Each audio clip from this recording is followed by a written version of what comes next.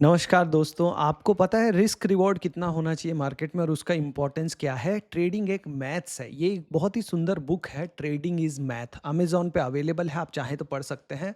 यहाँ पे मैंने एक बहुत ही अच्छी चीज़ पाई है जो आपके साथ शेयर करता हूँ मैं, कि ट्रेडिंग जो हम करते हैं, इन्वेस्टिंग की बात नहीं कर रहे हैं, ट्रेडिंग जो इंट्राडे ट्रेड करते हैं आप या स्विंग ट्रेड करते हैं, किसी स्ट्रैटेजी के साथ करते हैं।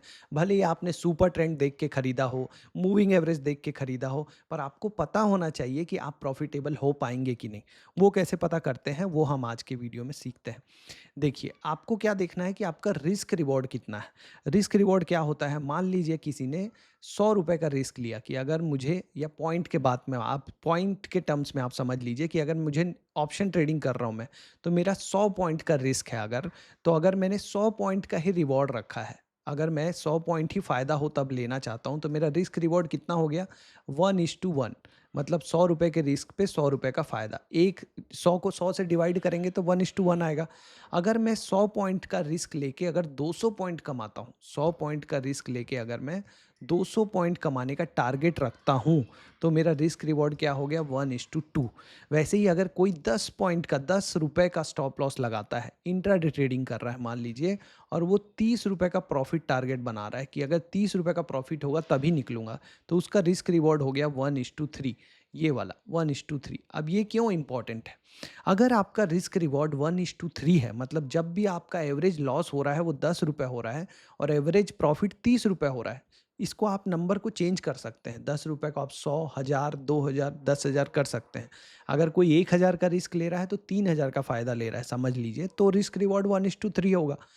तो उसको आप देखिए कि आपका एवरेज लॉस कितना है और एवरेज प्रॉफिट कितना है। जब आप लॉस करते हैं तो आपका जो स्टॉप लॉस होता है वो कितनी दूर होता है? एवरेज हर बार सेम नहीं होगा। जब आप प्रॉफिट कर रहे हैं किसी स्ट्रेटजी में, तो आपका एवरेज प्रॉफिट कितने पॉइंट का है या कितने रुपए का है। अब आप देखिए कि आपका रिस्क रिवॉर्ड इस टेबल में कहाँ पे आ रहा है? 1:7 आ रहा है कि 1:20 आ रहा है? जैसे कई लोग एकदम छोटा स्टॉप लॉस, जहाँ पे भी ये स्विंग बनना चालू होता है, वहाँ पे एक छोटा सा स्टॉप लॉस लेके खरीद लेते हैं, ऊपर की तरफ मान लीजिए। तो यहाँ पे 1 का रिस्क आएगा और रिवॉर्ड लेंगे वो बहुत बड़ा 20 का, उससे पहले निकलेंगे ही नहीं। तो 1:20 हो गया, मतलब 10 पॉइंट का स्टॉप लॉस लगाएँगे और लेंगे कितना? 200 पॉइंट, तभी हम निकलेंगे। तो वो हो गया ना 1:20। ऐसा भी करते हैं लोग, 10 पॉइंट के स्टॉप लॉस में 200 पॉइंट पे ही निकलेंगे, ये हमारा स्ट्रैटेजी बन जाता है। रूल बेस्ड ट्रेडिंग बोलते हैं जिसको, ऐसा नहीं कि कहीं भी निकल जाएँगे, वो एक फिक्स है। भले ही वो वापस जाके पलट जाए, मैं नहीं निकलूँगा। तो वो होता है 1:20 का रिस्क रिवॉर्ड। फ़ायदा क्या है इतना बड़ा रिस्क रिवॉर्ड लेने में? फ़ायदा ये है कि आपको सिर्फ 5% टाइम सही होना है ब्रेक इवन होने के लिए। मतलब अगर आपने 100 बार ट्रेड लगाया, 100 बार सेम स्ट्रैटेजी से, सेम रिस्क रिवॉर्ड से ट्रेड लगाया और आप सिर्फ 5 बार भी सही हो गए ना, तो आप ब्रेक इवन में आ जाएँगे, मतलब no profit, no loss, zero पे खड़े होंगे। और गलती से आप 5 की जगह 10 बार सही हो गए, 100 में से 10 बार, 10% टाइम, तो आप नेट प्रॉफ़िटेबल हो जाएँगे। आप नेट प्रॉफ़िटेबल हो जाएँगे और यही तो चाहिए ना ट्रेडर को, कि मैं प्रॉफ़िटेबल ट्रेडर बन जाऊँ। अब मान लीजिए आप एक ऐसी स्ट्रैटेजी कर रहे हैं जिसमें रिस्क रिवॉर्ड रेशियो 1:2 है।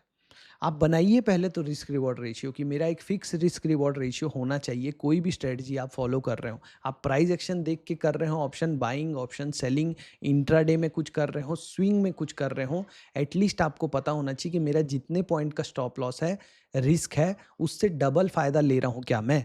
अगर आप ये कर रहे हो तो आप यहाँ पे खड़े हो 1:2, मतलब आपको 33% टाइम तो सही होना ही पड़ेगा।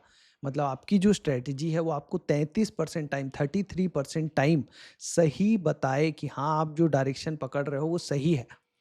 तभी आप ब्रेक इवन में रहोगे, और प्रॉफिटेबल होने के लिए आपको 33% से भी ज़्यादा सही होना पड़ेगा। मान लीजिए मैंने एक सुपर ट्रेंड की स्ट्रैटेजी बनाई कि सुपर ट्रेंड 2 और 1, ये मैं सेटिंग में रखूँगा सुपर ट्रेंड की। जैसे ही बाय सिग्नल देगा डेली चार्ट में, मैं बाय कर लूँगा, और जैसे ही ये सेल सिग्नल देगा मैं सेल कर लूँगा डेली चार्ट में। ये मेरा एक सिंपल सेटअप बन गया, स्ट्रैटेजी बन गई। अब मैं रैंडम ट्रेडिंग नहीं कर रहा हूँ टीवी देख के कि कौन सा स्टॉक आज खरीदूँ या कहाँ पे एंट्री करूँ। मेरा एक फिक्स सिस्टम है। अब इस सिस्टम को मैं एक छोटे कैपिटल से, 5,000 से 10,000 से कुछ कम क्वांटिटी में ट्राई करूँगा काफ़ी टाइम तक। पहले तो बैक टेस्टिंग अगर आप कर सकते हैं तो करिए, नहीं कर सकते तो एक छोटे अमाउंट से 1,000, 2,000, 5,000 से इसको टेस्ट कीजिए कि क्या ये कितना काम कर रहा है। जब लॉस हो रहे हैं तो कितना एवरेज लॉस हो रहा है, ₹50, ₹100। जब फ़ायदा हो रहा है तो कितना फ़ायदा हो रहा है। मान लीजिए आपने 10 बार ये ट्रेड किया और आपने देखा कि एवरेज लॉस ₹50 हो रहा है, एवरेज लॉस, और एवरेज फ़ायदा ₹200 हो रहा है स्टॉक में। तो आपका रिस्क रिवॉर्ड रेशियो हो गया 1:4। इसको आप डिवाइड करोगे तो क्या आएगा, 1 और यहाँ 4। तो ये आ गया यहाँ पे। तो आप 1/4 में आप क्या एक्सपेक्ट कर सकते हो कि 20% टाइम से ज़्यादा सही होना चाहिए मेरा ट्रेड। मतलब ये जो सुपर ट्रेंड की स्ट्रेटजी आप यूज़ किए, तो आपको जो आपने 10 ट्रेड लगाए उसमें से 2 से ज़्यादा सही होने चाहिए आपको नेट प्रॉफिटेबल होने के लिए। अगर आप 10 में से 5 बार सही हो रहे हो, तो आप नेट प्रॉफिटेबल रहोगे ही रहोगे। अगर आप 10 में से 8 बार सही हो रहे हो, तो बहुत ज़्यादा प्रॉफिटेबल रहोगे। तो अब आपको समझ में आया सिस्टमैटिक ट्रेडिंग क्या होता है, कि आपने एक सेटअप बनाया, देखा कि उसमें एवरेज विन एवरेज लॉस कितना है, फिर आपने देखा कितने टाइम सही होना चाहिए मुझे। अब हर बार सही नहीं होना, ये भी आपको ये समझ में आ गया कि आपके दिमाग को अब ये पता है कि मुझे हर बार सही होना ही ज़रूरी नहीं है। जो हर नए बंदे को जो नया ट्रेडिंग में आता है उसको क्या लगता है कि मैं तो हर ट्रेड में सही हूँ, हर ट्रेड में पैसे बने, लॉस तो मेरा होना ही नहीं चाहिए। तो जब आप इस तरीके से सोचना चालू करते हैं तो एटलीस्ट आपका जो साइकोलॉजी है वो सही होने लगता है, कि ठीक है 10 में से अगर मैं 5 बार भी सही हो जाऊं तो चलेगा, क्योंकि मेरा जो सेटअप है उसमें 2.5 बार भी सही होने से, लगभग 3 बार सही होने से भी मैं ब्रेक इवन में आ रहा हूँ। 5 से 6 बार अगर मैं सही हुआ तो मेरे लिए बहुत अच्छा है। अब आप उसमें इम्प्रूवमेंट कर सकते हो। उसी सेटअप में आप एक और पैरामीटर जोड़ सकते हो कि चलो अब उन्हीं स्टॉक को लेंगे जो 200 पीरियड मूविंग एवरेज के ऊपर है। इससे क्या होगा, आपका विन रेट बढ़ जाएगा। आप जो पहले 5 बार सही हो रहे थे वो आप 7 बार सही होने लग जाओगे। सही बात है ना? क्योंकि आपने एक और पैरामीटर ऐड कर दिया जिससे कुछ स्टॉक आप साइड कर दोगे। अब आप सिर्फ कन्विक्शन वाले स्टॉक में ही एंट्री करोगे। तो आपका रिस्क रिवॉर्ड पहले आपको पता करना है कि कितना है, फिर आपको पता चल जाएगा इस टेबल से कि विन रेट कितना चाहिए ब्रेक इवन के लिए। अगर विन रेट आपका बहुत ज़्यादा है, ऑलरेडी रिक्वायरमेंट बहुत ज़्यादा है और आपका सिस्टम आपको नहीं दे रहा है, तो आप दूसरे सिस्टम पे चले जाइए। अगर आपको ये मिल रहा है कि मुझे 1:7 का रिस्क रिवॉर्ड मिल रहा है मेरे सिस्टम से और मैं तो 25-30% टाइम सही हूँ, तो आप उसको करिए, उसी स्ट्रेटजी को लगातार। जैसे कुछ सिस्टम होते हैं जहाँ रिस्क ज़्यादा होता है, रिवॉर्ड कम होता है। मतलब जब लॉस होगा तो एवरेज आपका ₹2000 लॉस होगा, जब फ़ायदा होगा तो एवरेज ₹1500 फ़ायदा होगा। तो यहाँ रिस्क रिवॉर्ड रेशियो आपका 1:1 से भी कम है। पर यहाँ पे आपको क्या चाहिए, 50% से ज़्यादा विन रेट। मतलब 60 या 65% टाइम आप सही होने चाहिए।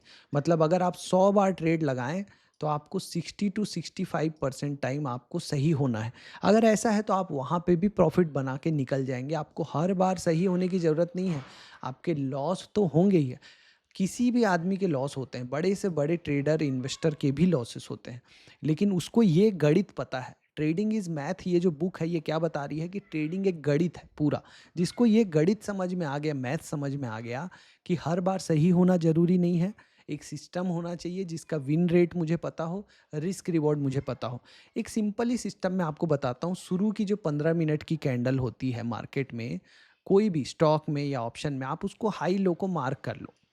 जैसे ही उसके ऊपर या नीचे ब्रेक डाउन या ब्रेकआउट हो, आप उस डायरेक्शन में ट्रेड लो, इसी कैंडल के ऊपर या नीचे स्टॉप लॉस लगा के। अगर आप ऊपर का ट्रेड ले रहे हो यहाँ आपने एसएल रख दिया, नीचे का ले रहे हो यहाँ आपने एसएल रख दिया। अब आप इसको एक लॉट के साथ अगर आप ऑप्शन कर रहे हो तो करके देखो काफ़ी टाइम तक। अगर आप स्टॉक में कर रहे हो तो सिर्फ 5,000 या 10,000 रुपये से करके देखो। उसके बाद आप देखो कि इसमें एवरेज रिस्क एवरेज रिवॉर्ड कितना आ रहा है, कि मेरा जब लॉस हो रहा है तो कितना हो रहा है, जब फ़ायदा हो रहा है तो कितना हो रहा है, और कितने परसेंट टाइम ये स्ट्रेटजी सही काम कर रही है। तो आप एक खुद से सेटअप बना सकते हो। ऐसे ही आप दुनिया भर के सेटअप बना सकते हो। आप स्विंग हाई स्विंग लो को आप मार्क कर लो, यहाँ एसएल रखो, जब भी कोई स्विंग बने ब्रेकआउट दे आप यहाँ ट्रेड ले लो। ये भी एक स्ट्रेटजी बन गई। आप 2 मूविंग एवरेज लगा लो, 9 पीरियड, 21 पीरियड, 5 पीरियड, 10 पीरियड, कोई भी 2 मूविंग एवरेज लगा लो, जैसे ही क्रॉस होता है आप ले लो और उसमें बैठे रहो बड़े फायदे के लिए। एकदम हार्ट बीट बढ़ा के बस अब फ़ायदा हो रहा है, निकलना है मत करो, और एक दिन के रिजल्ट के हिसाब से अगले दिन का स्ट्रेटजी चेंज भी मत करो। ज़्यादातर लोग गलती क्या करते हैं कि आज अगर प्रॉफिट दिखा के लॉस हो गया तो कल से पूरा रूल टाइम टाइम फिक्स, कल से फिर प्रॉफिट होते ही बुक कर लेंगे, ऐसे नहीं होता है। अगर आप 100 बार ट्रेड करने वाले हो तो सेम चीज़ ही ट्रेड करना है, तभी आपको पता चलेगा कि रिस्क रिवॉर्ड क्या है, ब्रेक इवन क्या है। अगर आपको एक्चुअल मनी से नहीं करना है तो आप पेपर ट्रेडिंग करके देखो कि उसका रिजल्ट क्या है। अगर किसी को लग रहा है कि पैसे ही चले जाएँगे 100 ट्रेड में, तो ऐसा नहीं होता है। एक लॉट में कुछ नहीं बिगड़ने वाला। आपके पास जितना कैपिटल है उसका एक छोटा-सा अमाउंट से आप पहले स्ट्रेटजी तो बना लो अपने लिए एक फिक्स, फिर बाद में बड़ा पैसा लगा के पैसे तो बन ही जाएँगे।